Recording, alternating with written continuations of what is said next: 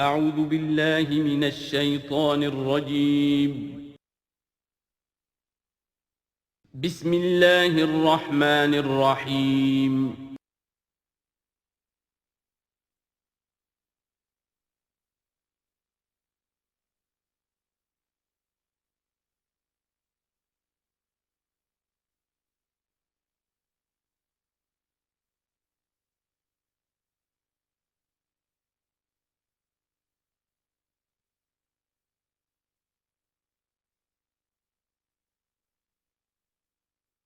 اعوذ باللہ من الشیطان الرجیم بسم اللہ الرحمن الرحیم الم یاتکم نبأ الذین من قبلکم قوم نوح وعاد وثمود، کیا آ نہیں چکی ہیں تمہارے پاس خبریں ان لوگوں کی جو تم سے پہلے تھے، یعنی قوم نوح کی اور قوم عاد اور قوم ثمود، والذین من بعدہم، اور ان لوگوں کی خبریں کہ جو ان کے بعد تھے، لا یعلمہم الا اللہ، ان سب کو نہیں جانتا سوائے اللہ کے کوئی بھی۔ جاءتہم رسلہم بالبینات، ان کے پاس آئے ان کے رسول واضح نشانیاں لے کر، واضح تعلیمات لے کر، فردوا ایدیہم فی افواہہم، تو انہوں نے ٹھونس لی اپنی انگلیاں اپنے منہوں میں، وقالوا انا کفرنا بما ارسلتم بہ، اور انہوں نے کہا کہ ہم کفر کرتے ہیں اس سب کا جو دے کر تم بھیجے گئے ہو، وَإِنَّا لَفِي شَكٍّ مِّمَّا تَدْعُونَنَا إِلَيْهِ مُرِيبٍ، اور ہم تو جس چیز کی طرف تم ہمیں دعوت دے رہے ہو شکوک و شبہات میں مبتلا ہے۔ میں نے عرض کیا تھا کہ سورہ رعد اور سورہ ابراہیم یہ آپس میں جوڑے کی شکل میں ہیں، ان میں بہت سی مشابہتیں ہیں، اور دونوں میں آپ کو وہ آیات ملیں گی جو سورہ بقرہ کے ساتھ بڑی گہری مناسبت رکھنے والی اور مشابہت رکھنے والی ہیں۔ یہ دونوں جو ہیں چھوٹی صورتیں ہیں، 6 رکوعوں پر مشتمل تھی سورہ رعد، اور یہ 7 رکوعوں پر مشتمل ہے سورہ ابراہیم، اور ان دونوں میں وہ نسبت موجود ہے کہ سورہ رعد میں رسولوں کا ذکر ایسا ہی ایک آیت میں آیا ہے، کسی کا نام نہیں۔ اس میں ہم دیکھ چکے ہیں کہ ایک تو حضرت موسیٰ علیہ السلام کا ذکر آیا صراحت کے ساتھ، اور کئی آیات اس کے ضمن میں نازل ہوئی۔ اب جو ذکر ہو رہا ہے وہ تمام رسولوں کو ایک جماعت فرض کرتے ہوئے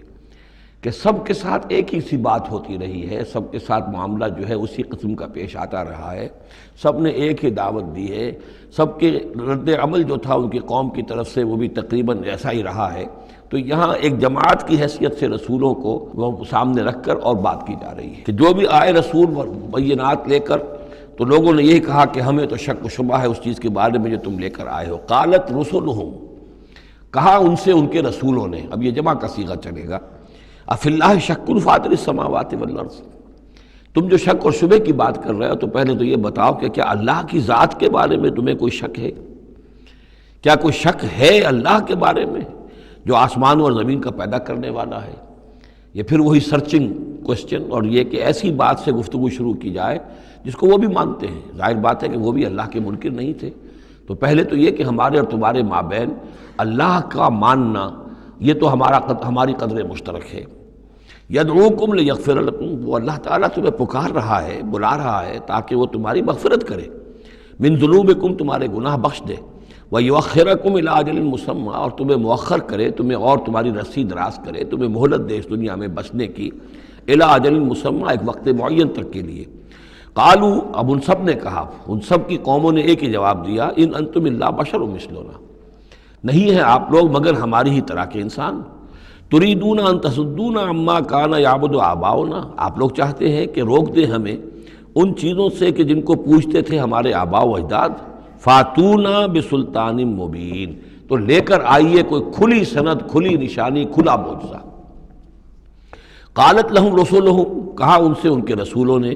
ان نحن الا بشر مثلکم، نہیں ہے ہم کچھ بھی سوائے اس کے کہ تمہاری ہی طرح کے انسان ہیں، ولیکن اللہ یمن علی من یشاء من عبادہ، لیکن اللہ کا معاملہ ہے وہ اپنے بندوں میں سے جس پر چاہتا ہے احسان کر دیتا ہے۔ اس نے ہمیں چن لیا ہے، ہمارا سلیکشن ہوا ہے، ہمیں پھر اللہ تعالیٰ نے وہی بھیجی ہے اور ہمیں مامور کیا اس خدمت پر کہ تمہیں خبردار کرے۔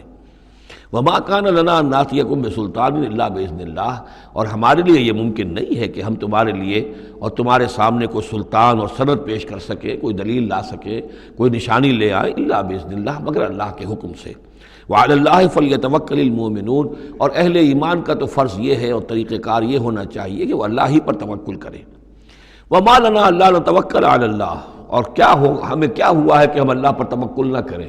How is it possible for us, کیسے ممکن ہے کہ ہم اللہ پر توکل نہ کریں؟ وقد ہدانا سبلنا، اس نے تو ہمیں اپنے راستوں کی ہدایت دی ہے، ہمیں اپنے طرف آنے والے راستے، تقرب الی اللہ کے تمام طریقے اس نے ہمیں سکھا دیے ہیں۔ وَلَنَصْبِرَنَّ عَلَىٰ مَا آذَيْتُمُونَا، اور جو تم ہمیں ایذائیں پہنچا رہے ہو، جو بھی تم کہہ رہے ہو، ہم اس پر یقیناً اللہ تعالیٰ ہم صبر کریں گے اس پر کہ جو بھی تم ایذا پہنچا رہے ہو۔ وَلَنَصْبِرَنَّ عَلَىٰ مَا آذَيْتُمُونَا وَعَلَى اللَّهِ فَلْيَتَوَكَّلِ الْمُتَوَكِّلُونَ، اور اللہ تعالیٰ ہی پر تمام متوکلین کو توکل کرنا چاہیے۔ وَقَالَ الَّذِينَ كَفَرُوا لِرُسُلِهِمْ، وہی مکالمہ چل رہا ہے رسولوں کا ایک جماعت کی شکل میں، اور کہا ان لوگوں نے جو کافر ہوئے اپنے اپنے رسولوں سے اپنے اپنے زمانے میں، لَنُخْرِجَنَّكُم مِّنْ أَرْضِنَا، ہم لازماً نکال باہر کریں گے تمہیں اپنی زمین سے، اپنے ملک سے، اپنے وطن سے، أَوْ لَتَعُودُنَّ فِي مِلَّتِنَا، یا یہ کہ تمہیں لا محالہ اور لازماً لوٹنا ہوگا ہماری ملت میں، ہمارے طریقے میں، ہمارے دین میں۔ فَأَوْحَىٰ إِلَيْهِمْ رَبُّهُمْ، تو ان کی جانب وحی کی ان کے رب نے، لَنُهْلِكَنَّ الظَّالِمِينَ، کہ اب ان ظالموں کو ہم ہلاک کر دیں گے، وَلَنُسْكِنَنَّكُمُ الْأَرْضَ، اور پھر ہم تمہیں آباد کریں گے زمین میں۔ یعنی جو بھی رسول بچ گئے، ان کے ساتھی اہل ایمان بچ گئے، اب وہ قوم جو کافروں کی وہ ہلاک کر دی جائے گی، اور پھر تمہیں ہم بسائیں گے زمین کے اندر ان کے بعد، من بعدہم، ذالک لمن خاف مقامی، اور یہ ان لوگوں کے لیے ہے کہ جو میرے سامنے کھڑے ہونے سے ڈرتے رہیں، کانپتے رہیں، لرزتے رہیں کہ ایک وقت آئے گا کہ انہیں میرے سامنے کھڑے ہونا ہے، محاسبے کا دن ہوگا، آخرت کی گھڑی ہوگی، اور اس میں وہ جو عدالت اخروی ہے اس میں میرے سامنے کھڑا ہونا ہوگا۔ ذالک لمن خاف مقامی و خاف وعید، اور جو جو وعدے سے، عذاب کے جو وعدے میرے ہیں ان سے ڈرتے ہیں۔ واستفتحوا وخاب کل جبار عنید، تو پھر وہ فیصلہ طلب کرنے لگے، جب ہمارے اور تمہارے درمیان فیصلہ ہو جانا چاہیے، یعنی قوموں نے کہا رسولوں سے، وخاب کل جبار عنید، اور پھر نامراد ہو کر رہ گئے وہ سب لوگ جو سرکش تھے اور ضدی تھے۔ من ورائہ جہنم، اور ابھی تو ان کے پیچھے جہنم ہے، یعنی یہ کہ دنیا میں جو عذاب آیا، عذاب استحصال آیا، ہلاک کر دیے گئے، کلم یغنوا فیہا، ایسے ہو گئے جیسے کبھی تھے ہی نہیں، لا یرا الا مساکنہم، ان کے مسکن اور محل تو باقی رہ گئے لیکن ان کے مکین جو ہے کہیں باقی نہ رہے۔ تو ان کا حال یہ ہے کہ من ورائہ جہنم، ابھی اس کے پیچھے جہنم ہے، ویسقا من ماء صدید، اور ان کو پینے کو دیا جائے گا پیپ والا پانی، یتجرعہ، جب شدید پیاس کی وجہ سے اسے گھونٹ لینے کی کوشش کرے گا، ولا یکاد یسیغہ، لیکن اسے گلے سے نہیں اتار پائے گا، حلق سے نہیں اتار پائے گا، ویاتیہ الموت من کل مکان، اور اسے ہر طرف سے موت آتی ہوئی نظر آئے گی، وما ہوا بمیت، لیکن موت آئے گی نہیں، اور اس کا جو ہے وہ سختی کا سلسلہ ختم نہیں ہوگا۔ یعنی ایک سختی وہ بھی ہوتی ہے جس میں موت راحت پہنچا دیتی ہے انسان کو۔ آپ نے دیکھا ہوگا بہت سے بیمار ہوتے ہیں بیچارے، شدید بیمار ہیں، ان کے لیے تو موت ایک طرح سے راحت کا سامان بن جاتی ہے کہ ان کی وہ موت، ان کی سختی ختم ہو گئی۔ لیکن جہنم وہ جگہ ہے کہ جہاں موت نہیں آئے گی، لا یموت فیہا ولا یحیا، نہ پھر اس میں موت ہی آئے گی، نہ وہ زندوں میں ہوں گے نہ مردوں میں ہوں گے، بلکہ یہ ہے کہ وہ عذاب کی سختی مسلسل جھیلنی ہوگی۔ وَمِن وَرَائِهِ عَذَابٌ غَلِيظٌ، اور اس کے بعد یعنی عذاب کے اندر سختی ہوتی چلی جائے گی، درجات بڑھتے چلے جائیں گے، شدت میں اضافہ ہوتا چلا جائے گا۔ مَثَلُ الَّذِينَ كَفَرُوا بِرَبِّهِمْ أَعْمَالُهُمْ كَرَمَادٍ اشْتَدَّتْ بِهِ الرِّيحُ فِي يَوْمٍ عَاصِفٍ، مثال ان لوگوں کی جنہوں نے کفر کیا اپنے رب کے ساتھ، اعمالہم، ان کی نیکیاں، ان کے اعمال اس راکھ کے مانند ہیں، کرمادٍ اشتدت بہ الریح، جس کو کہ ایک زوردار ہوا چلے کسی آندھی کے دن اور اس کو بکھیر دے۔ یہ ایک بڑا اہم مضمون ہے، قرآن مجید میں 3 دفعہ آیا، جیسا کہ میں نے آپ کو بتایا تھا کہ وہ جو مضمون ہے کہ گناہ جو ہے کبیرہ بھی ہے، صغیرہ بھی ہے، اور ایک جو صحیح طرز عمل ہے وہ یہ ہے کہ کبائر کا سے اجتناب کو پہلے پختہ کیا جائے، محکم کیا جائے، اس کے بعد یہ کہ صغائر کی طرف توجہ کی جائے۔ ایسا نہ ہو کہ کبائر کی طرف توجہ نہ، اور صغائر کے بارے میں بڑی بحث و تبحیث و چھان بین اور اس کے بارے میں تحقیق و تفتیش اور لمبی چوڑی گفتگویں اور مناظرے ہو رہے ہو۔ یہ گویا کہ پرورٹڈ جو نیچر جو ہے، جو مسخ ہو جاتی ہے مذہبی لوگوں کی، تو وہاں شکل یہ ہوتی ہے کہ وہ صغائر کے بارے میں بہت حساس اور کبائر کے بارے میں ان کی حس جو ہے بالکل مردہ ہو جاتی ہے۔ اسی طرح کا معاملہ یہ ہے دنیا میں کہ برے سے برا آدمی بھی کسی نہ کسی نیکی کا سہارا لیتا ہے اپنے دل کو تسکین دینے کے لیے۔ دل میں کچھ ہے، اس کے ضمیر نام کی شے ہے، یا وہ روح جو ہے کچھ سسکتی ہے، کچھ چیختی ہے چلاتی ہے، تو ہر برے سے برے طبقے کے اندر آپ دیکھیں گے کسی نہ کسی نیکی کا اہتمام ہوگا۔ جسم فروش عورتیں ہیں، وہ بھی کہیں کچھ نہ کچھ نیکی کا، کچھ ثواب کے پن کے کام وہ تعزیوں میں نظر آ جائیں گی، یا یہ کہ وہ مزاروں کے اوپر جا کر دھمال کھیلیں گی، وہ سمجھتی ہیں کہ ہم بڑی نیکی کا کام کر رہی ہیں۔ اسی طریقے سے جیب کترے ہیں، چور ہیں، ڈاکو ہیں، یہ بھی کوئی نہ کوئی نیکی کا کھاتا اپنا کھول کر رکھتے ہیں، تاکہ یہ کہ دل کو تسلی رہے کہ ہم چاہے برے ہیں، کچھ بھی ہیں، یہ تو مجبوری ہے،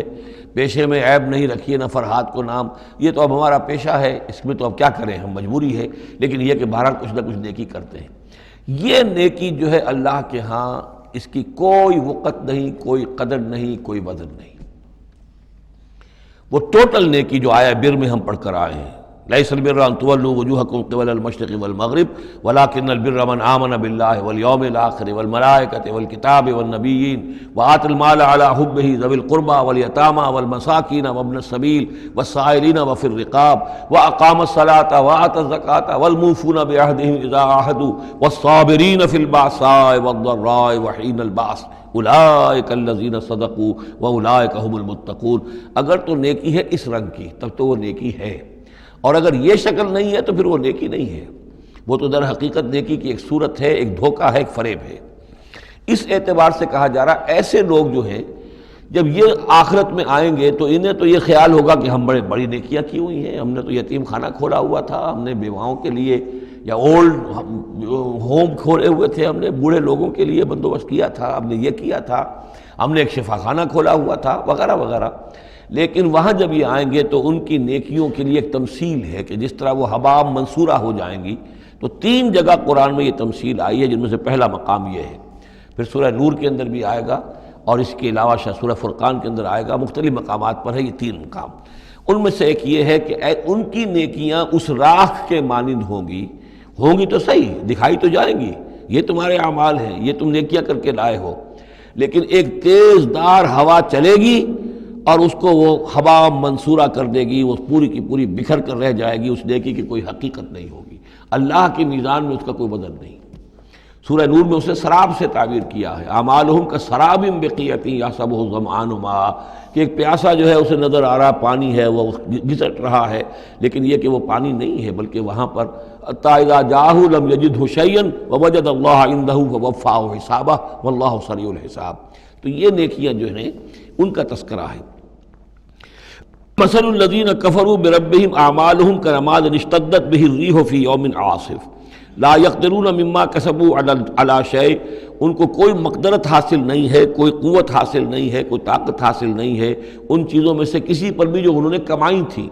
وہ سمجھتے تھے ہم نے بڑے کھتے بھرے ہوئے نیکیوں کے، بڑے نیک کام کیے ہیں، بڑے ثواب کے کام کیے ہیں، خدمت خلق کے کام کیے ہیں، فلاں کام کیے ہیں، لیکن یہ کہ معلوم ہوگا کہ اس میں سے کوئی چیز ان کے کام آنے والی نہیں ہے۔ ذالک هو الضلال البعید، اور یہی ہے در حقیقت گمراہ ہو جانا اور بہت دور کا، بھٹک جانا بہت دور کا۔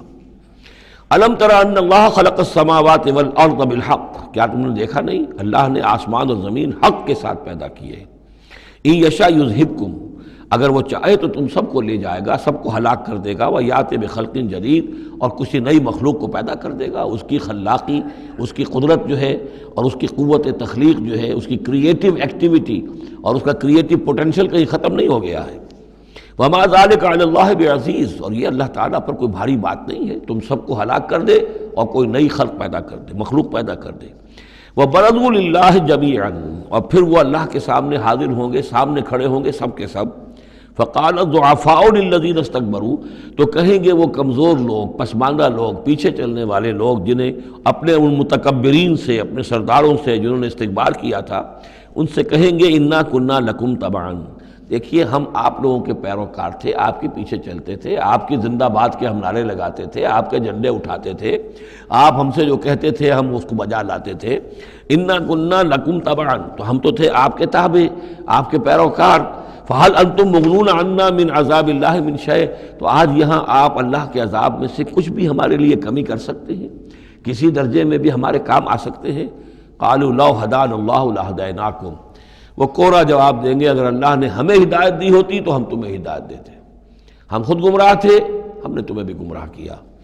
سواء علینا جزعنا ام صبرنا، اب ہمارے حق میں برابر ہے،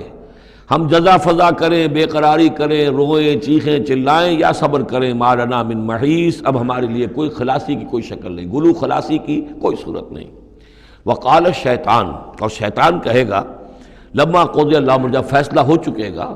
اہل جنت کے لیے فیصلہ ہو گیا کہ جنت کی طرف لے جایا جائے اور اہل جہنم کے اب لے جایا جائے گا جہنم کی طرف، تو اب وہ شیطان صاحب فرمائیں گے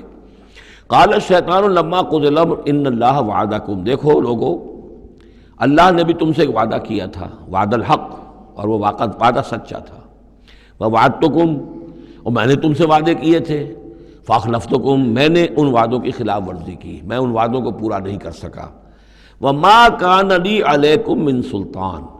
لیکن میرے پاس تم پر کوئی اختیار نہیں تھا، میں تم پر جبر نہیں کر سکتا تھا، میں تمہیں زبردستی برائی کی طرف نہیں لا سکتا تھا، یہ اختیار مجھے اللہ نے نہیں دیا تھا، الا ان دعوتکم، مگر یہ کہ میں نے تمہیں پکارا، دعوت دی، میں نے کہا اس راستے پر آؤ، بے حیائی کو اختیار کرو، فلاں کرو، یہ کرو،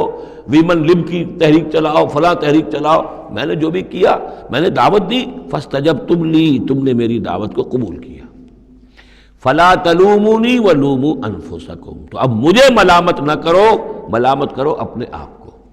کیونکہ میرے پاس اختیار تو کوئی نہیں تھا، میں نے تمہیں ورغلایا، میں نے تمہیں برے راستوں کی طرف دعوت دی، لیکن قبول کرنے والے تم خود تھے،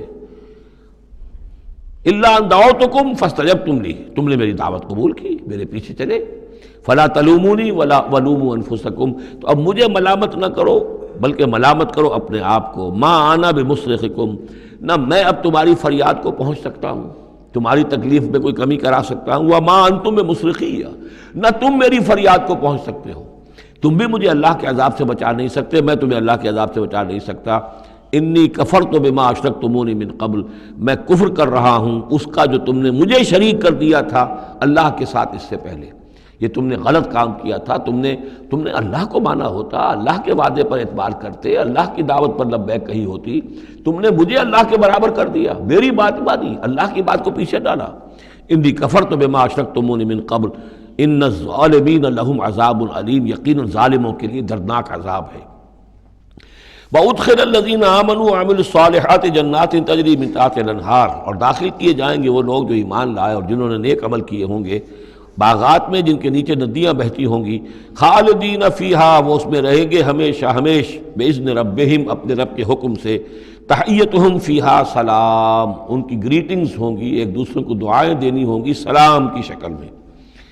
الم تر کیف ضرب اللہ مثلا کلمۃ طیبۃ کشجرۃ طیبۃ اصلھا ثابت وفرعھا فی السماء، کیا تم نے غور نہیں کیا اللہ تعالیٰ نے کیسی مثال بیان کی ہے کلمہ طیبہ کی؟ کلمہ طیبہ سے عام طور پر تو مراد یہی لا الہ الا اللہ محمد رسول اللہ، یہ کلمہ ہے، اس میں کوئی شک نہیں، افضل الذکر لا الہ الا اللہ، لیکن یہ کہ کلمہ طیب سے مراد ہر اچھی بات، پاک بات، خیر کی بات، عمدہ بات، جو بھی کلام طیب ہے، جو بھی حق کی بات ہے، جو بھی بھلائی کی دعوت ہے، اس کی مثال ہے ایک ایسے شجرہ طیبہ کی، ایک ایسے درخت کی، ایک بہت عمدہ درخت ہے، پھلدار درخت ہے، اصلھا ثابت، اس کی جڑ جو ہے زمین میں جمی ہوئی ہے، وفرعھا فی السماء،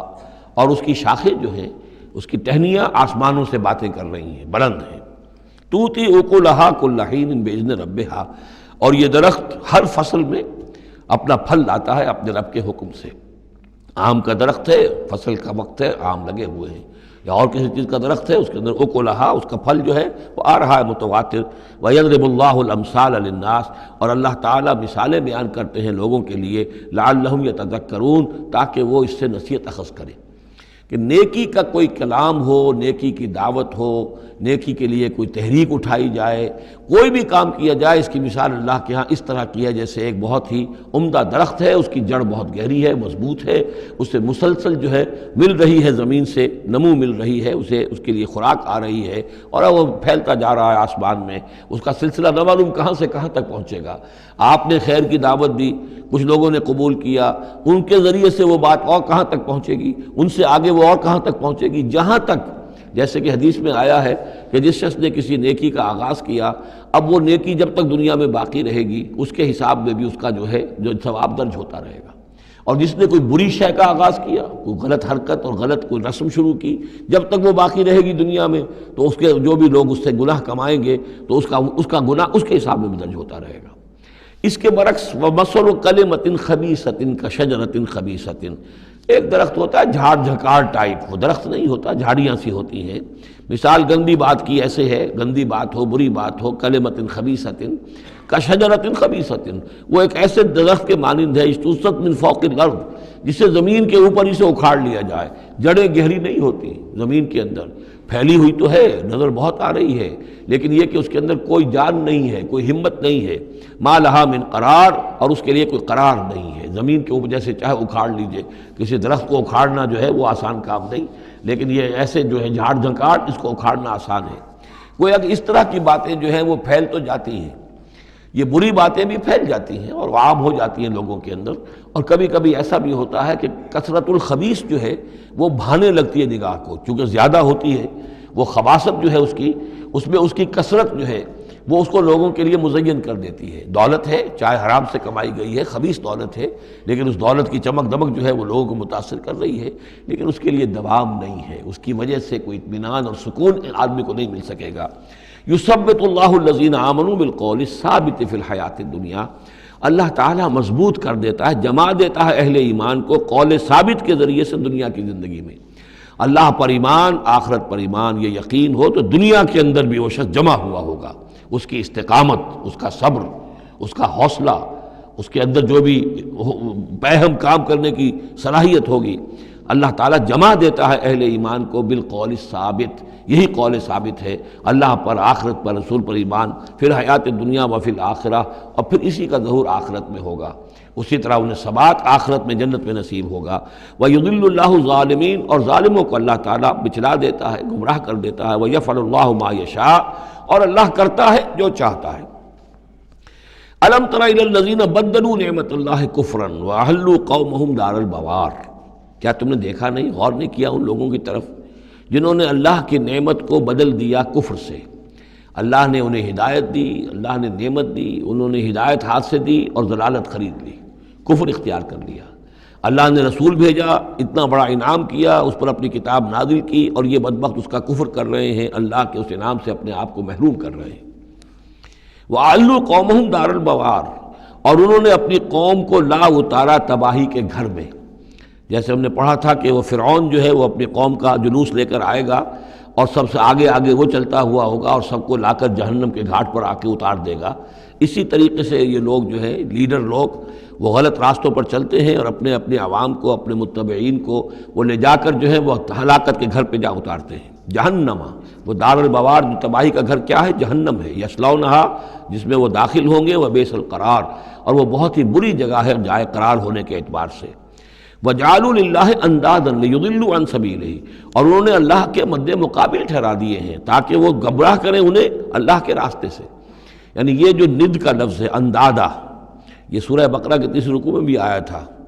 وَلَا تَجْعَلُوا لِلَّهِ أَندَادًا وَأَنْتُمْ تَعْلَمُونَ، تو ند کہتے ہیں مد مقابل کو، اور اس میں اس حد تک باریک بینی ہے کہ حضور نے فرمایا صلی اللہ علیہ وسلم، ایک صاحب نے ایسے ہی اپنی بغیر، یعنی یہ نہیں تھا کہ انہوں نے جان بوجھ کر حضور کو برابر کرنا چاہا اللہ کے، لیکن ایک محاورے کے انداز میں کہہ دیا ما شاء اللہ و ما شئت، جو اللہ چاہے اور آپ چاہیں۔ آپ نے فرمایا جعلتنی للہ ندن، کیا تم نے مجھے اللہ کا مد مقابل بنا دیا ہے؟ مشیت صرف اسی کی ہے، ہاں اس کی مشیت کے تحت کوئی میری خواہش پوری کر دے اللہ تعالیٰ، لیکن اس کی مشیت سے ہوگا، اذن اس کا ہے، کسی اور کا اختیار نہیں ہے۔ تو جن لوگوں نے اللہ کے لیے انداد مقرر کر دیے ہیں، ضد اور ند مد مقابل، لیضلوا عن سبیلہ، تاکہ بہکائیں لوگوں کو اس کے راستے سے، یہ جھوٹے معبودوں کا انہوں نے ڈھونگ رچایا ہے تاکہ اللہ کی بندگی سے ان کو بچلا سکے۔ قل تمتعوا، کہیے اچھا رہ لو، بس لو، ساز و سامان سے فائدہ اٹھا لو، دنیا کی زندگی میں جو مزے اڑانے ہیں اڑا لو، فإن مصیرکم الی النار، پھر تمہارا جو ہے لوٹنا وہ تو آگ ہی کی طرف ہے، جانا ہے تمہیں آگ کے اندر۔ قل لعباد الذین آمنوا یقیموا الصلاۃ، کہیے میرے ان بندوں سے، اب دیکھیے یہاں نوٹ کیجئے، قل لعباد الذین آمنوا، یا ایھا الذین آمنوا نہیں آیا، براہ راست خطاب مکی صورتوں میں میں نے کہا ہے شاذ، سورہ حج میں ایک جگہ ہے، لیکن یہ کہ اس کے بارے میں چونکہ اختلاف ہے کہ وہ سورت مکی ہے کہ مدنی ہے، وہ علیحدہ ہے، اس پر جب ہم غور کریں گے۔ پورے مکی قرآن میں یا ایھا الذین آمنوا اصطلاحاً یہ خطاب نہیں ملے گا آپ کو، حالانکہ اب یہاں قل عبادی، اے نبی کہہ دیجئے میرے بندوں سے جو ایمان لائے، یا ایھا الذین آمنوا کے بجائے۔ اب یہ کہ اس میں اللہ تعالیٰ کی کیا حکمت ہے، جو بات میری سمجھ میں آئی تھی وہ میں نے آپ کو بتا دی تھی کہ یہ یا ایھا الذین آمنوا امت کے لیے خطاب ہے، اور امت کی حیثیت جو بنی ہے محمد رسول اللہ صلی اللہ علیہ وسلم کے ماننے والوں کی، وہ ہوئی ہے مدینے میں آ کر، جبکہ ایک امت کی شکل انہوں نے اختیار کی، اور تحویل قبلہ کے ذریعے سے یہ وہ ایک مستقل امت ہونا ان کا اللہ تعالیٰ نے واضح کر دیا، اور یہ کہ اس مقام سے جس پر کہ یہود فائز رہے 2000 برس، اب ان کو وہاں سے معزول کر کے اب اس امت کو وہاں پر نصب کیا جا رہا ہے۔ اس کے بعد سے یا ایھا الذین آمنوا، یا ایھا الذین آمنوا، اور اس میں اہل ایمان بھی اور منافق بھی، جو بھی اسلام کا دعویٰ کریں وہ اسی خطاب کے تحت آ جائیں گے۔ قل لعبادی الذین آمنوا، اے نبی کہہ دیجئے میرے ان بندوں سے جو ایمان لائے ہیں، یقیموا الصلاۃ، وہ نماز قائم رکھیں، وینفقوا مما رزقناہم، اور جو کچھ ہم نے انہیں دیا ہے اس میں سے خرچ کرتے رہیں، سرا وعلانیۃ، کھلے بھی اور چھپے بھی، اعلانیہ بھی اور مخفی طور پر بھی، من قبل ان یاتی یوم، اس سے پہلے کہ وہ دن آ جائے، لا بیع فیہ ولا خلال، کہ جس میں نہ کوئی بیع ہوگی، نہ کوئی لین دین سودا خرید و فروخت ہوگی، اور نہ کوئی دوستی کام آئے گی۔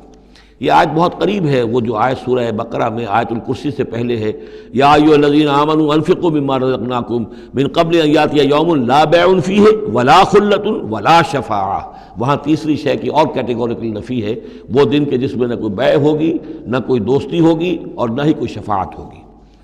اللہ الذی خلق السماوات والارض وانزل من السماء ماء، اللہ ہی ہے وہ جس نے کہ پیدا کیا آسمان اور زمین اور اتارا آسمان سے پانی، فاخرج بہ من الثمرات رزقا لکم، اور پھر نکالا اس کے ذریعے سے، پانی کے ذریعے سے، میووں کی شکل میں تمہارے لیے رزق، وسخر لکم الفلک لتجری فی البحر بامرہ، اور مسخر کر دیا تمہارے لیے کشتی کو کہ وہ چلے سمندر میں، دریا میں اس کے حکم سے، وسخر لکم الانہار، اور اس نے مسخر کر دیے تمہارے لیے دریا اور نہریں اور چشمے،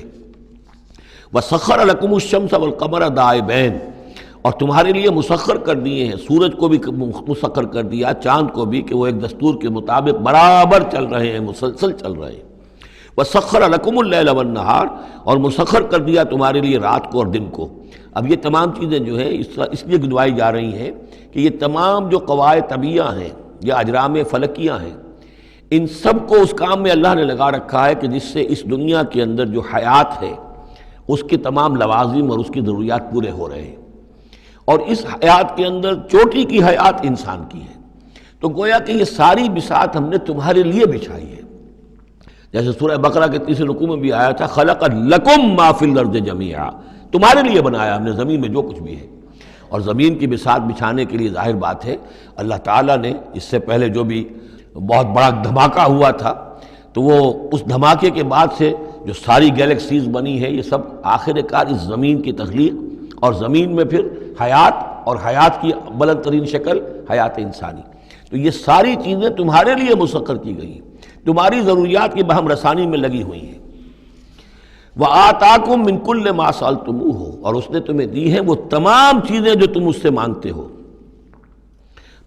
ہو یا تم نے مانگی ہے۔ اب اس میں بھی ایک ہے شعوری طور پر مانگنا، مجھے پیاس لگی ہے میں نے پانی مانگا، لیکن نہ معلوم کتنی چیزیں ہیں کہ جن کا ہمیں شعور بھی نہیں ہے، ہمیں تو اب پتہ چلتا ہے اس چیز کے اندر فلاں وائٹامن بھی ہے اور یہ بہت ضروری تھا ہمارے لیے، ہمیں کیا پتہ، وہ ساری چیزیں اللہ نے پیدا کر رکھی تھی اور ساری چیزیں ہمارے کام آ رہی تھیں، اللہ تعالیٰ نے وہ سارا بھی جو ضروریات ہیں ہماری اس کو فراہم کیا ہوا تھا۔ یہ تو ہم جو ہے بڑی اپنی جو تیر مار رہے ہیں وہ یہ ہے کہ ہم پر کھلتا جا رہا ہے کہ اللہ نے ہماری کیا کیا ضرورتیں کس کس طور سے پوری کی ہیں، اور کتنی لانگ چینز ہیں، وہ کاز اینڈ ایفیکٹ کی کتنے لمبی چینز ہیں کہ جس کے ذریعے سے اللہ تعالیٰ ہماری یہ ساری ضروریات پوری کر رہا ہے جن کا ہمیں شعور بھی نہیں۔ تو تم نے چاہے مانگا ہے شعوری طور پر اور چاہے مانگا ہے اپنے وجود میں، اپنے وجود کی حیثیت سے سائل بن کر تم نے ان چیزوں کا اللہ تعالیٰ سے گویا کہ سوال کیا ہے۔ وَإِن تَعُدُّوا نِعْمَتَ اللَّهِ لَا تُحْصُوهَا، اور اگر تم اللہ تعالیٰ کی نعمتوں کو گننا چاہو گے تو احصاء نہیں کر سکو گے، تمہارے لیے ممکن ہی نہیں ہے کہ تم گن سکو۔ ان الانسان لظلوم کفار، یقیناً انسان جو ہے بڑا ہی ظالم، ناانصاف اور بہت ہی ناشکرا ہے۔ کفار، یہ کفار نہیں ہے، کافر کی جمع نہیں ہے، فعال کے وزن پر کفار، بہت ناشکرا، مبالغے کا صیغہ۔ وَإِذْ قَالَ إِبْرَاهِيمُ رَبِّ اجْعَلْ هَذَا الْبَلَدَ آمِنًا، یہ سورہ بقرہ کا جو رکوع تھا 15واں، اس سے ملتا جلتا یہ مضمون آ رہا ہے۔ اور یاد کرو جب کہ کہا تھا ابراہیم نے،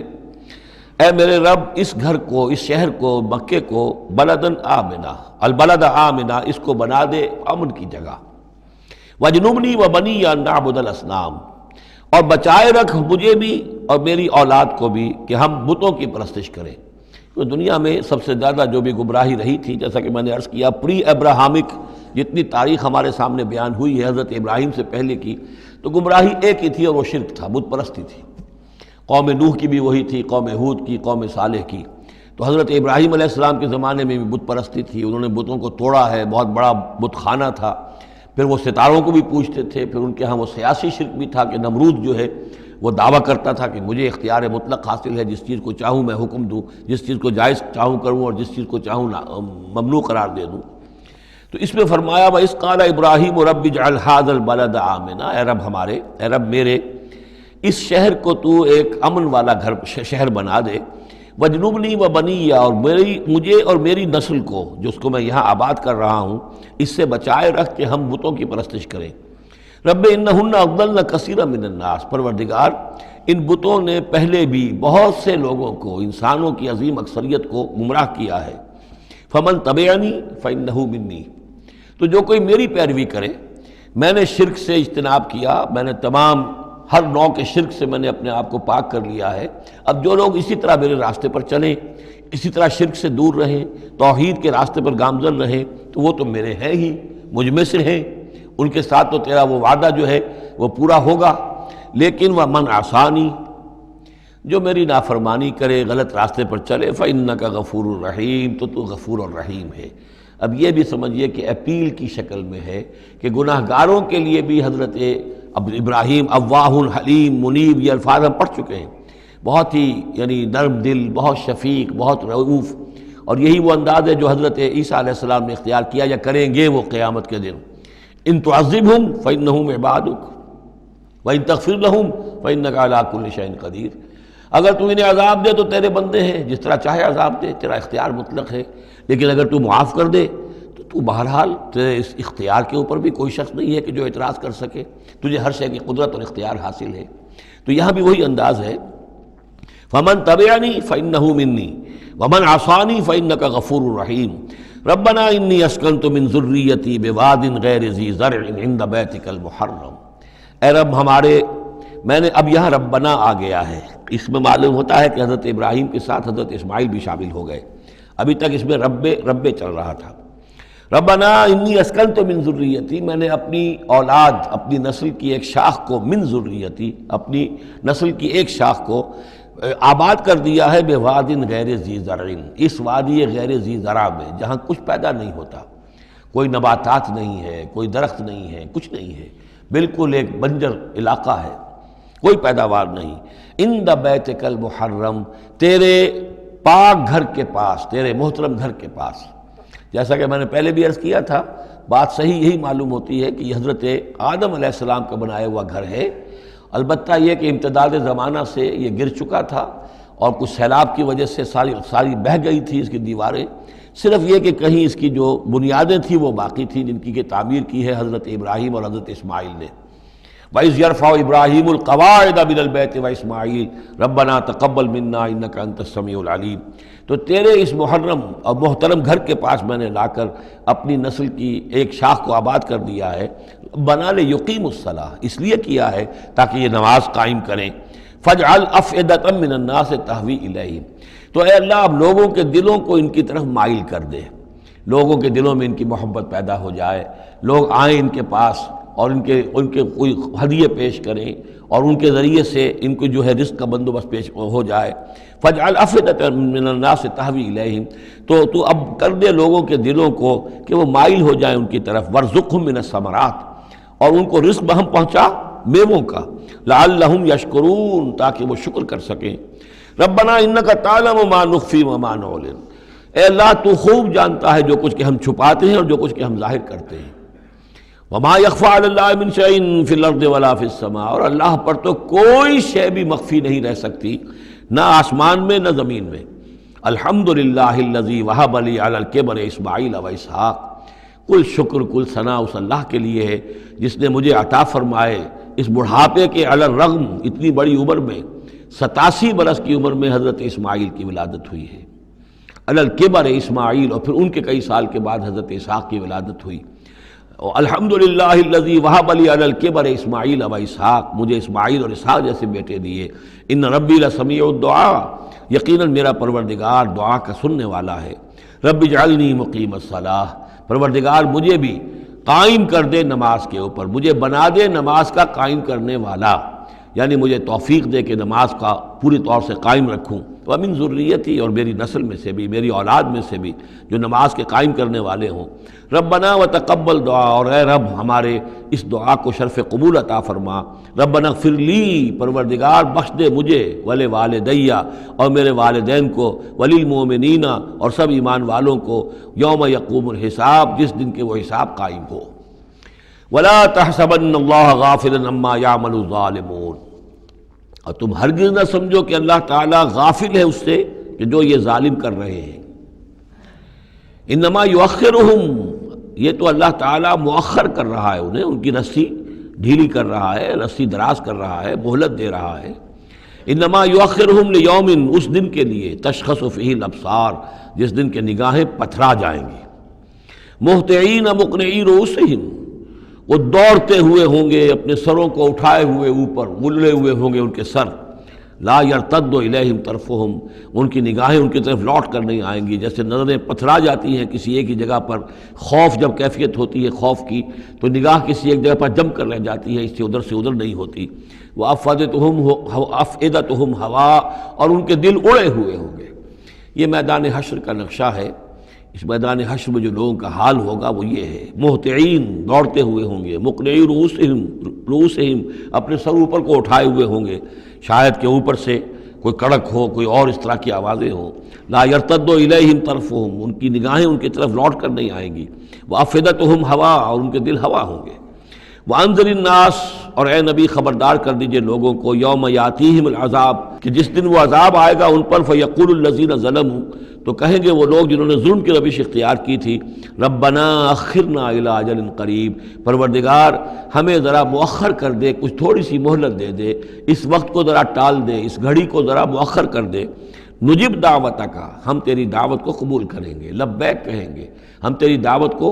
پر لبیک کہیں گے، ونتبع الرسل، اور رسولوں کی پیروی کریں گے۔ اولم تکونوا اقسمتم، تو کیا تم وہی لوگ نہیں ہو جو قسمیں کھایا کرتے تھے، من قبل، پہلے، ما لکم من زوال، کہ تمہارے لیے کوئی زوال نہیں ہے، ہماری حکومت، ہماری سطوت، ہماری طاقت، ہمارا دبدبا، ہمارا یہ ساز و سامان، ہماری یہ جائیدادیں، ہماری یہ شان و شوکت، اسے کہاں سے زوال آ جائے گا؟ اولم تکونوا اقسمتم، تم تو قسمیں کھایا کرتے تھے، من قبل، پہلے، ما لکم من زوال، تمہیں کبھی زوال آئے گا ہی نہیں۔ وَسَكَنْتُمْ فِي مَسَاكِنِ الَّذِينَ ظَلَمُوا، اور تم رہے انہی لوگوں کی، انہی قوموں کے مسکنوں میں جنہوں نے ظلم کیا تھا، انفسہم، اپنی جانوں پر ظلم کیا تھا۔ آخر یہ جو علاقے تھے اس میں قوم عاد آباد تھی، کہیں قوم سمود آباد تھی، کہیں یہ قوم مدین آباد تھی، کہیں یہ اور جو لوگ شہر تھے جن میں کہ حضرت لوط کو بھیجا گیا، وغیرہ وغیرہ۔ تو تم رہے انہی بستیوں میں جو ان لوگوں کی کہ جن لوگوں نے ظلم کیا اپنے اوپر، وَتَبَيَّنَ لَكُمْ كَيْفَ فَعَلْنَا بِهِمْ، اور تمہیں اچھی طرح تم پر واضح ہو گیا تھا کہ ہم نے ان کے ساتھ کیا کیا، کیا سلوک ہوا ان کا، ان کے ساتھ ہمارا کیا انجام ہوا ان کا۔ وَضَرَبْنَا لَكُمُ الْأَمْثَالَ، اور ہم نے تمہارے لیے امثال بھی اور مثالیں بھی بیان کر دی تھی، ان کے حالات و واقعات پوری طرح کھول کر سنا دیے تھے۔ فَذَكِّرْهُمْ بِأَيَّامِ اللَّهِ، جو الفاظ آ چکے ہیں اللہ کے دنوں کے حوالے سے ان کی نصیحت کیجیے۔ وَقَدْ مَكَرُوا مَكْرَهُمْ، اور انہوں نے اپنی سی چالیں چلی تھی، جیسے تم چالیں چل رہے ہو اے قریش، تو انہوں نے بھی اپنے اپنے وقت میں چالیں چلی۔ قوم نوح کے سرداروں نے، اور قوم عاد کے سرداروں نے، اور قوم سمود کے سرداروں نے چالیں چلی تھی۔ قوم شعیب کے سرداروں نے جو کچھ کہا تھا وہ بھی تمہیں سنا دیا گیا ہے کہ اگر تمہارا خاندان نہ ہوتا، تمہارا پشت پناہ، تو ہم کبھی کا تمہیں رجم کر چکے ہوتے۔ یہی بات آج تم نے محمد سے کہی ہے صلی اللہ علیہ وسلم، تو کون سی کوئی نئی بات ہے جو تم نے کہی ہے؟ وَمَكَرُوا مَكْرَهُمْ وَعِندَ اللَّهِ مَكْرُهُمْ، اور اللہ ہی کے ہاتھ میں قبضہ قدرت میں ان کی کل چال ہے۔ جو چالیں بھی وہ چلتے ہیں اللہ تو احاطہ کیے ہوئے ہیں، کوئی چال کامیاب نہیں ہو سکتی اس کی مرضی اور اس کے اذن کے بغیر۔ وَإِنْ كَانَ مَكْرُهُمْ لِتَزُولَ مِنْهُ الْجِبَالُ، اور واقعتاً یہ کہ ان کا مکر ایسا نہیں ہے کہ اس سے پہاڑ ٹل جائیں۔ اللہ تعالیٰ کی مشیت جو ہے ان کے مکر سے، ان کی چال سے، ان کی سازش سے، ان کی ریشہ دوانیوں سے، اللہ تعالیٰ کی کوئی چال جو ہے، اللہ کی جو مشیت ہے اس میں سر منہ فرق نہیں آ سکتا، پہاڑ نہیں ٹل سکتے۔ فَلَا تَحْسَبَنَّ اللَّهَ مُخْلِفَ وَعْدِهِ رُسُلَهُ، تو ہرگز مت سمجھنا کہ اللہ اپنے اس وعدے کے خلاف کرے گا جو اس نے اپنے رسولوں سے کیا۔ یہاں دیکھ رہے ہیں کہ رسول کے بجائے رسل جمع کا صیغہ آ رہا ہے سارا، کہ یہی داستان دہرائی گئی ہے ہر مرتبہ، اور رسولوں کے ساتھ اللہ کا یہ مستقل وعدہ رہا ہے کہ بالآخر مدد تمہاری ہوگی۔ کتب اللہ لأغلبن انا ورسلی، اللہ نے طے کیا ہوا ہے، لکھا ہوا ہے کہ میں اور میرے رسول غالب آ کر رہیں گے، یہ تو اللہ نے طے کیا ہوا۔ البتہ درمیان میں اونچ نیچ آئے گی، تکلیفیں آئیں گی، آزمائشیں ہوں گی، اور وہ سارے معاملات ام حسبتم ان تدخلوا الجنۃ ولما یاتکم مثل الذین خلوا من قبلکم مستهم الباساء والضراء وزلزلوا حتى يقول الرسول والذین آمنوا معه متى نصر اللہ الا ان نصر اللہ قریب۔ اسی طرح کا معاملہ جو ہے وَلَنَبْلُوَنَّكُمْ بِشَيْءٍ مِّنَ الْخَوْفِ وَالْجُوعِ وَنَقْصٍ مِّنَ الْأَمْوَالِ وَالْأَنفُسِ وَالثَّمَرَاتِ، یہ اپنی جگہ ہے، لیکن یہ ہے کہ اللہ کا وعدہ پختہ یہی ہے، بالآخر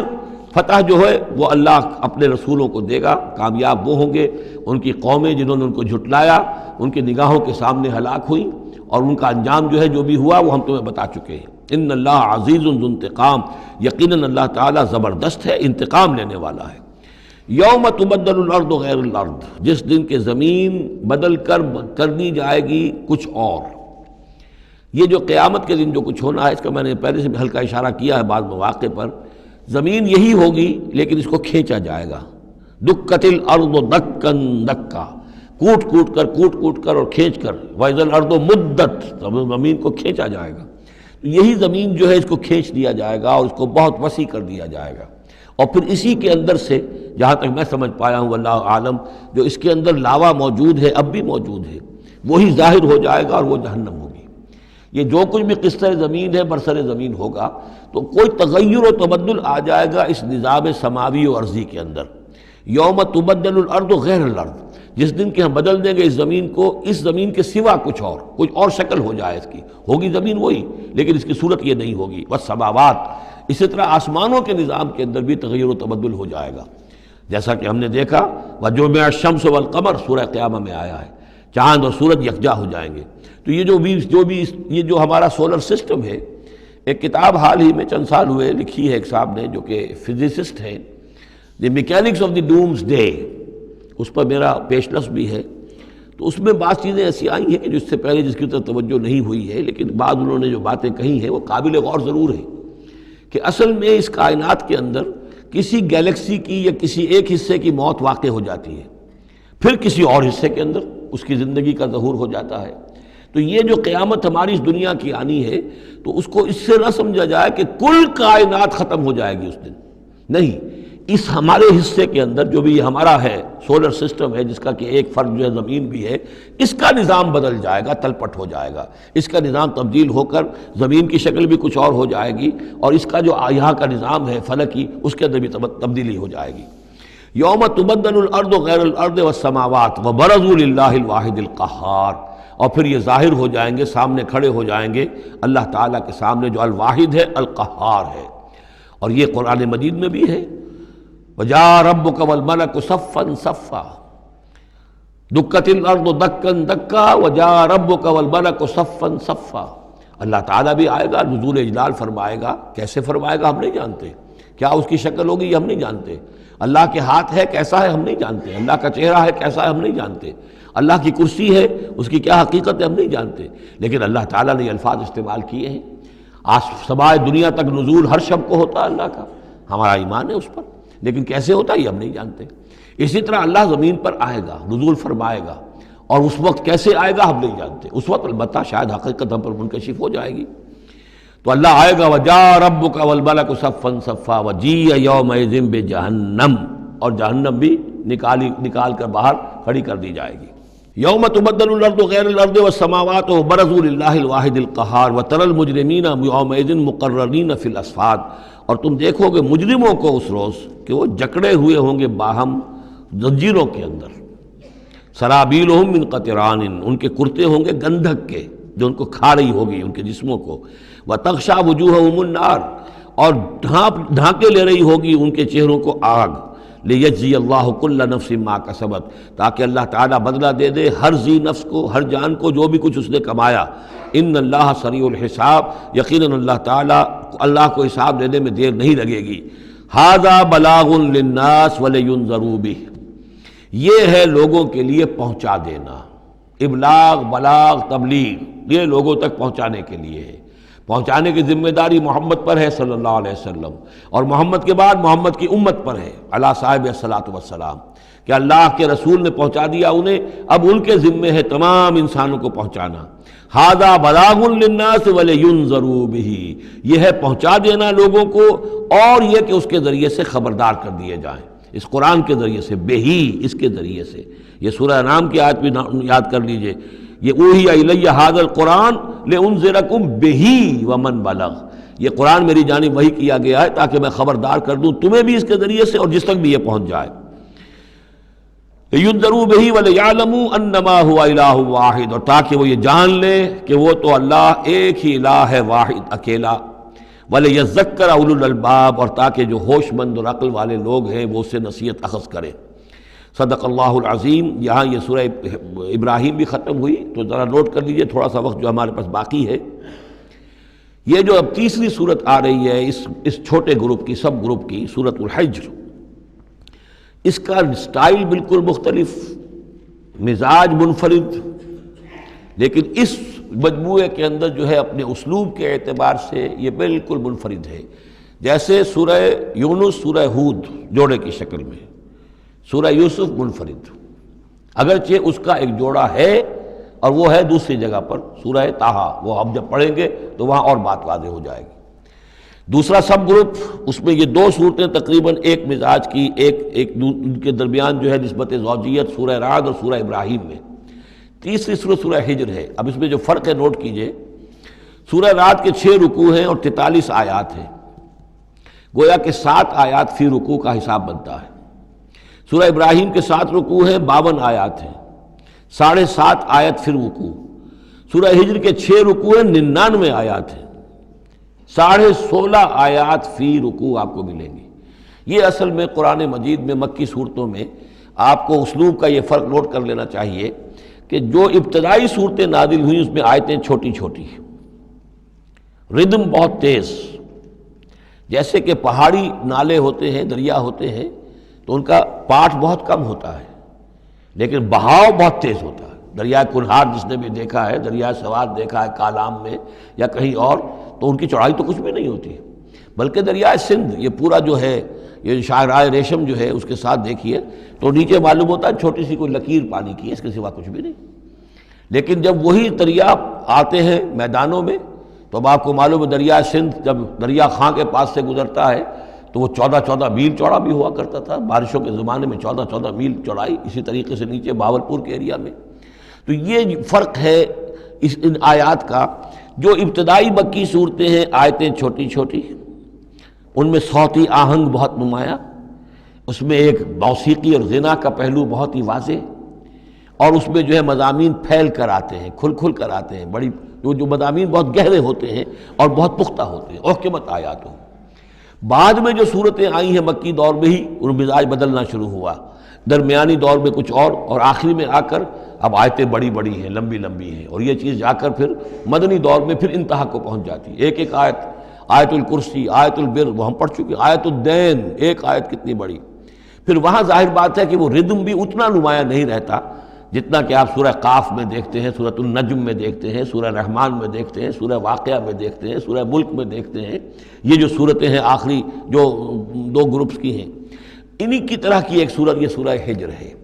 اصل میں زمانہ نزول کے اعتبار سے یہ ابتدائی 4 سالوں کی صورت ہے۔ اب یہ کہ مصحف میں یہاں کیوں رکھی گئی ہے، اب میں بہت ہی جرت کر کے ایک بات کہہ رہا ہوں، اللہ عالم، میں یہ سمجھتا ہوں کہ یہ جو کہ ان صورتوں کا یہ سلسلہ بہت طویل ہو گیا اور اس میں ایک طرح کی مونوٹنی سی پیدا ہو رہی ہے، مضامین جو ہیں تقریباً ایک ہی طرح کے دوہرا کر آ رہے ہیں، وہی ایک ان کا مطالبہ، معجزہ دکھاؤ، حصی کو نشانی دکھاؤ، اس کا جواب۔ تو رد و قدح جو ہے یہ تمام صورتیں جو ہم نے پڑھ لی ہیں 5 صورتیں، ان کے اندر مزاج ایک ہی ہے۔ تو گویا کہ اس مونوٹنی کو اللہ تعالیٰ نے چاہا کہ ختم کر کے، اور ابتدائی دور کی ایک صورت جس کا مزاج مختلف ہے ان صورتوں سے، اس کو یہاں شامل کر دیا گیا۔ البتہ یہ ہے کہ سورہ شعراء جو ہے، میں نے آپ کو بتایا تھا کہ 227 آیتیں ہیں اس کی، کل 14 رکوع ہیں، تقریباً یہی اوسط بنے گا اس کا، 16-17 آیتیں ہر رکوع کے اندر۔ سورہ شعراء اس سے بہت مشابہ ہے اس سورہ ہجر کا مضمون۔ دوسری بات یہ نوٹ کر لیجئے کہ یہاں پر خاص طور پر وہ جو میں نے آپ سے عرض کیا تھا کہ جو پاروں کی تقسیم ہوئی ہے اس میں کوئی حکمت پیش نظر نہیں رکھی گئی، اور یہ دور صحابہ میں تھا بھی نہیں۔ اب دیکھیے کہ سورہ ہجر کی صرف ایک آیت ہے کہ جو 13ویں پارے میں شامل ہے، اور اس کے بعد پوری سورت جو ہے ربما یود الذین کفروا، یہ پوری جو ہے دوسرے پارے 14ویں پارے کے اندر ہے۔ یہی سورت ہم دیکھ آئے ہیں سورہ ہود کے اندر۔ سورہ ہود کی صرف چند آیتیں ہیں کہ جو 11ویں پارے میں تھیں، اس کی 5 آیتیں جو ہیں یہ 11ویں پارے میں اور باقی پوری سورت 12ویں پارے میں۔ تو پاروں کی تقسیم جو ہے یہ اصل میں کوئی بعد کے زمانے میں کی گئی ہے، اور اس میں ان چیزوں کو مد نظر نہیں رکھا گیا، جبکہ منزلیں پوری صورتیں، 3 صورتیں، 5 صورتیں، 7 صورتیں، جیسے کہ میں آپ کو بتا چکا ہوں۔ مکی اور مدنی صورتوں کے گروپ ہے، پوری صورتیں۔ یہ گروپ جو ہیں ان کے اندر بھی اور منزلوں کے اندر بھی، منزلوں کا تذکرہ چونکہ دور صحابہ میں بھی پایا جاتا ہے، لیکن یہ کہ یہاں پر ہم دیکھتے ہیں کہ پاروں کے معاملے میں یہ چیز موجود نہیں ہے۔ بسم اللہ الرحمن الرحیم، الف لام را، یہ اس سلسلے کی آخری آیت صورت ہے۔ اب الف لام را، 5 صورتیں الف لام را سے اور ایک صورت الف لام میم را۔ تلک آیات الکتاب و قرآن مبین، یہ اللہ کی آیات، اللہ کی کتاب کی آیات ہیں اور قرآن مبین کی آیات ہیں۔ ربما یود الذین کفروا لو کانوا مسلمین، ایک وقت آئے گا کہ وہ لوگ کہ جنہوں نے کفر کیا تھا حسرت کے ساتھ کہیں گے کاش کہ ہم اسلام لے آتے۔ وہ وقت آئے گا، ان کا کفر ان کے لیے حسرت بن جائے گا۔ ذرہم یاکلوا ویتمتعوا، اے نبی چھوڑیے ان کو، نظر انداز کر دیجئے، اپنی توجہ ان کی طرف سے ہٹا لیجئے، یہ کھا پی لیں، تمتع کر لیں، فائدہ اٹھا لیں، زمین کے اندر رہ کر جو کھانا پینا ہے، جو چرنا چگنا ہے کر لیں۔ وَيُلْهِهِمُ الْعَمَلُ، اور امیدیں ان کو غافل کیے رکھیں۔ یہ جو یلہہم العمل ہے، الہا یلہی الہاءً، غافل کر دینا۔ حدیث میں آتا ہے ما قل و کفا خیر مما کثر و الہا، اگر کوئی شے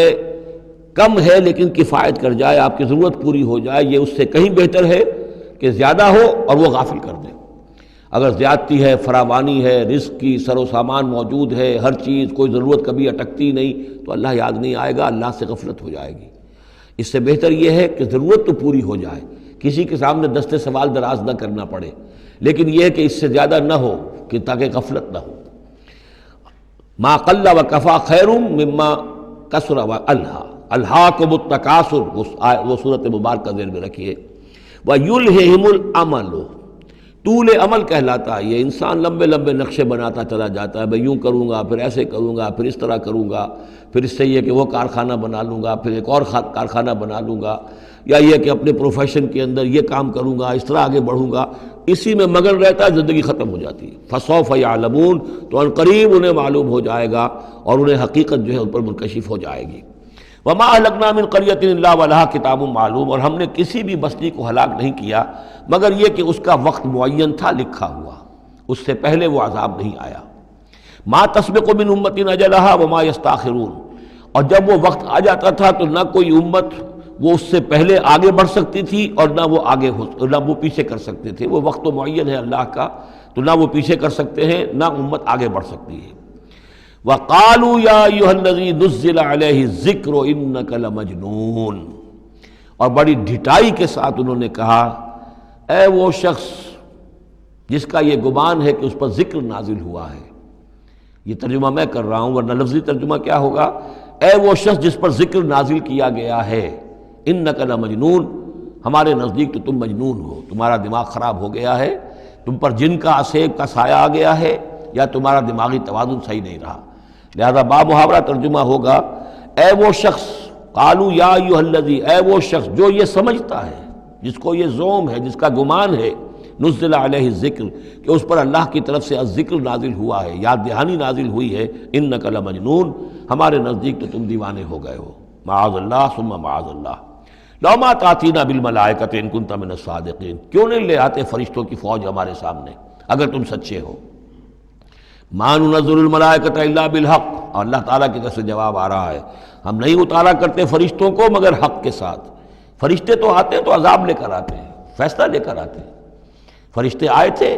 حضرت لوط کی قوم کے اوپر اور سدوم اور عمورہ کی بستیوں پر عذاب لانے کے لیے آ گئے تھے، تو یہ فرشتوں کو بلانا چاہتے ہیں، اپنی شامت بلانا چاہتے ہیں۔ ما ننزل الملائکۃ الا بالحق، وہ تو آتے ہیں تو آخری فیصلے کے لیے آتے ہیں۔ وما كانوا اذا منذرین، اور پھر انہیں کوئی اور پھر مہلت نہیں دی جاتی۔ انا نحن نزلنا الذکر وانا له لحافظون، یقیناً ہم ہی نے یہ ذکر نازل کیا ہے اور ہم ہی اس کے محافظ ہیں، ہم اس کی حفاظت کریں گے۔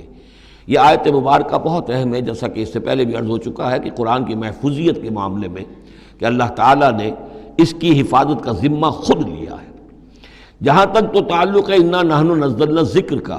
تو یہ چیز تو اپلیکیبل ہے تورات کو بھی اور انجیل کو بھی۔ تورات بھی اللہ نے نازل کی، ہم پڑھ چکے سورہ مائدہ میں انا انزلنا التوراۃ فیہا ھدی ونور، فیہا ھدی ونور۔ انجیل نازل کی ہم نے، اس میں بھی ہدایت بھی تھی، نور بھی تھا۔ لیکن دوسرا ٹکڑا انا لہ لحافظون، ہم ہی ہیں اس کی حفاظت کرنے والے،